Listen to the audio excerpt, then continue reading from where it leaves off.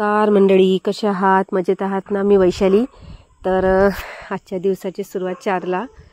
बघा मैत्रिणींनो, 4 वाजलेत, पण आज मी तुम्हाला स्टडी रूमला नाही तर किचनला घेऊन जाते. कारण आज बेत आहे माझ्या मुलीच्या टिफिनवर डोसा आणि आलूची चटणी आणि सांभार. त्यामुळे उठल्या उठल्या मी अलार्म बंद केला आणि आलू शिजायला घातले आणि वरण लावलं आहे, जेणेकरून माझा अभ्यास होईपर्यंत ते सगळं शिजेल आणि नंतर परत लगेच मला त्याला फोडणी घालता येईल आणि टिफिनची तयारी करायला सोपं जाईल. तर बघा, आज मी महाराष्ट्र स्टेट बोर्डचं इयत्ता 6वीचं हिस्ट्री पुस्तक अभ्यास करत आहे. तर मैत्रिणींनो, मी तुम्हाला सांगितल्याप्रमाणे जर तुमच्याजवळ टेक्स्टबुक नसेल तर तुम्ही मोबाईलमध्ये प्ले स्टोअरमध्ये डाउनलोड करू शकता महाराष्ट्र स्टेट बोर्ड 1 ते 12 आणि अभ्यास करू शकता. आणि बघा मैत्रिणींनो, आज मी इयत्ता 6वीचं मौर्यकालीन समाज वाचते. मी सगळा जो पाठ आहे तो इकडं वाचून घेते, अंडरलाईन करते जे पॉईंट लिहायचे ते, आणि नंतर माझ्या बुकवर मेन्शन करते. तर मी तुम्हाला बघा, आपलं जे व्हॉट्सअपचं चॅनल आहे त्यावर पहिल्या इयत्ता 5वीचे नोट्स घातलेले आहेत. बघून जाऊन तुम्ही बघाल आणि चेक करून घ्याल. आणि माझे नोट्स काही एवढे प्रॉपर नाही आहेत, पण बघा तुम्हाला आवडतील तर. आणि बघा, मी थोड्या वेळाने चेक करायला येत आहे की आलू शिजली की काय म्हणून. थोडे व्हायला लागले, थोडे बाकी आहेत. बघा, आपण महिला किती जबाबदारीनं काम करतो ना, ऑलराऊंडर असतो आहे ना सगळ्या बाबतीत. अभ्यास पण करतो, कामं पण करतो, मुलांना पण बघतो, आपण आहेच ऑलराऊंडर. तर बघा, मी तुम्हाला दाखवलं आहे या त्रिपिटिका आणि त्यानंतर मला वाटते अशा 4-5 त्यांनी व्याख्या दिलेल्या आहेत. आणि तुम्हाला आमच्या रामूचा भुंकण्याचा आवाज येत असेल, कदाचित दुसऱ्या गल्लीतले कुत्रे आले असतील म्हणून तो जोरजोराने भुंकतोय टेरेसवर जाऊन. तुम्हाला डिस्टर्ब होत असेल तर सॉरी, पण येतोय थोडा आवाज, कारण सगळीकडे शांतता आहे त्यामुळे आवाज येत असेल. आणि बघा, ह्या ज्या मी नोट्स लिहिल ना, मी तुम्हाला टाकेल व्हॉट्सअपवर, चेक कराल तुम्ही जाऊन. तर बघा मैत्रिणींनो, मी तुम्हाला भरपूर व्हिडिओमध्ये सांगितलं आहे की आपण आपल्या क्षमता ओळखल्या पाहिजे, जिद्दीनं काम केलं पाहिजे आणि काय म्हणतात त्याला, पॉझिटिव्ह राहिलं पाहिजे. पण हे सगळेच जण सांगतात, पण जर तुम्ही जोपर्यंत तुमच्या मनाला सांगणार नाही, आपण किती व्हिडिओ बघतो ते यूट्यूबवर, पण आपण कधी आत्मसात करतो, कधी नाही करत. पण जेव्हा आपण आत्मसात करू तेव्हाच ते आपल्या अंगामध्ये रुजेल आणि तेव्हाच आपण ते आपल्या मनावर बिंबवू, तेव्हाच आपल्याला काहीतरी फायदा होईल. तर तुम्हाला फायदा होईल जेव्हा ते तुम्ही ते स्वतःहून तुम्हाला वाटायला लागेल की नाही, आता खरंच मला वाटते की मी काहीतरी केलं पाहिजे. म्हणून सांगते, भरपूर व्हिडिओ बघा, भरपूर प्रेरणा घ्या, पण स्वतःच्या मनावर ठाम समजावून सांगा की नाही, आता मला करायचं आहे म्हणजे करायचं आहे आणि करून दाखवायचंच आहे. त्यामुळे ठरवा आता काहीतरी. अजून ठरवलं नसेल तर सिरियस व्हा आणि ठरवा आणि करून दाखवा काहीतरी. आणि ज्यांना खरंच आपला संसार करायचा आहे, जबाबदारीने आपले मुलांना संस्कार घालायचे, ते करू शकतात. पण ज्यांना खरंच काहीतरी करून दाखवायचं आहे, आपण अगोदर भरपूर शिकलेलो आहोत, आपल्या आईबाबांची स्वप्न आहेत, ती आपल्याला पूर्ण करायची आहे. तर खरंच मैत्रिणींनो, आपण लहानपणापासून खूप स्वप्न पाहिलेली असतात, पण काही कारणास्तव आपले स्वप्न पूर्ण होत नाही आणि त्यांना जरा थोडा खंड पडतो. पण तो खंड आपल्याच हाती आहे, पूर्ण कसा घालवता येईल ते. आणि तो घालवायचा असेल ना, तर आपल्या मनात सगळ्यात अगोदर जिद्द तयार करावी लागेल. जिद्द करू तरच तो आपण सगळ्यांचे स्वप्न पूर्ण करू शकू आणि सगळ्यात महत्त्वाचं म्हणजे स्वतःचं स्वप्न पूर्ण करू शकू. कारण आपण काय करतो, सगळ्यांना बघतो, आज कोणाला काय आवडतं, कोण काय खाणार, कधी हा विचार करतोय का आपण की मला काय आवडतं, मी स्वतःला किती वेळ देते, मी 5 मिनटं देते का स्वतःला, 5 मिनटं स्वतःसोबत घालवा, विचारा स्वतःला मला काय आवडतं. तर बघा, मग काय आवडतं आपल्याला ते बघा, त्यानंतर डिसाईड करा आणि मग ठरवा की काय आवडतं ते. 5 मिनटं आपण देऊ शकतो ना स्वतःला.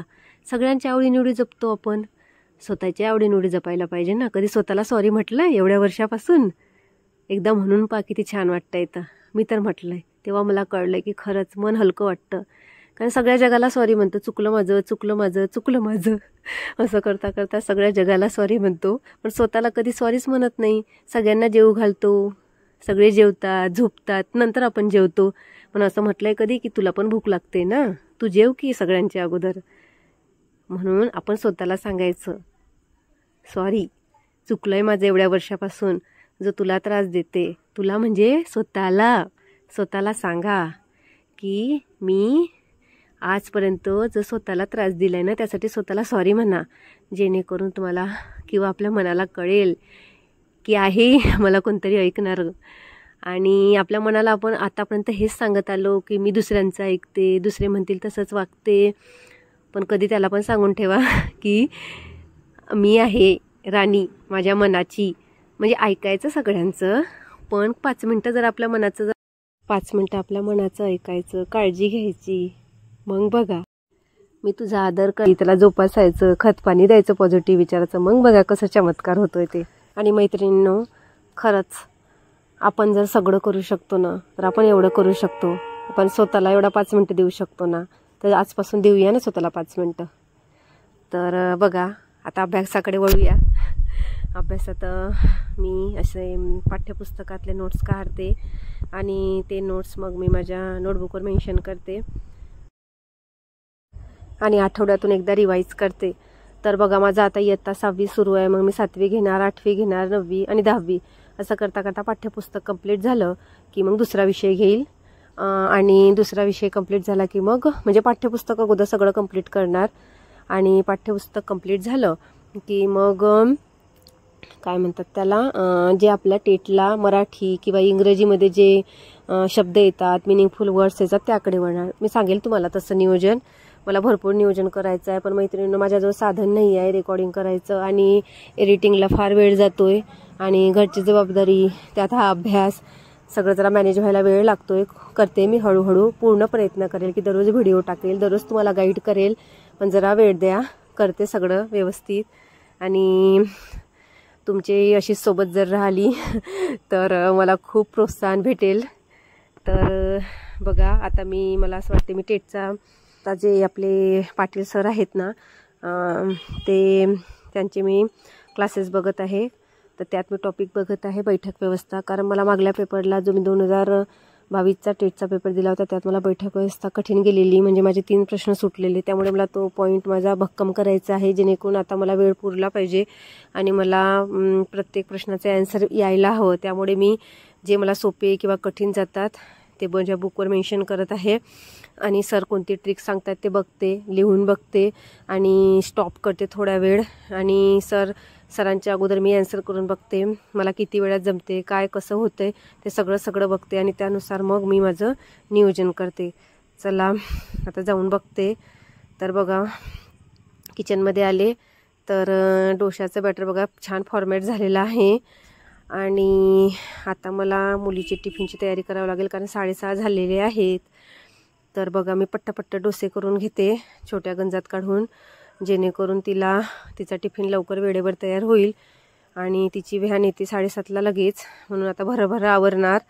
आणि आज आम्हाला गावाला पण जायचं आहे. गावाला म्हणजे सासरी जायचं आहे, कारण आमच्या शेतात कामे आहेत आता पावसाळ्याची. आणि आमच्या घरी आता म्हणजे आम्ही एकटेच आणि बहिणीची यांच्या लग्न झालेली आहेत, त्यामुळे आमच्यावर जबाबदारी आहे सगळी. त्यामुळे जाऊन बघायचं आहे की कसं काय सुरळीत चालू आहे की नाही. कारण बाबा, आई आणि आमचे आजोबा असतात घरी आणि आजोबांना पण हॉस्पिटलला न्यायचं आहे. त्यामुळे आम्हाला जरा घरी जायचं आहे आता गावाला, मुर्शीला. तर ते निघायचं आहे दुपारी, म्हणून भरभर आवरून पट्टापट्टा करून सगळं निघायचं आहे. तर बघा, मी सांबार पण चेक करते झाला का. तर बघा, मी पटकन डोसे करते आणि तुम्हाला शॉर्ट क्लिप दाखवते, कारण रेकॉर्डिंग करायला भरपूर वेळ जातोय, म्हणून भरभर आवरून तुम्हाला शॉर्ट क्लिपमध्ये दाखवते. असं पटकन करते आणि नंतर बोलते तुमच्यासोबत. तर मैत्रिणींनो, तुम्ही पण तुमच्या अभ्यासाचं नियोजन ठरवलं की नाही ते सांगा.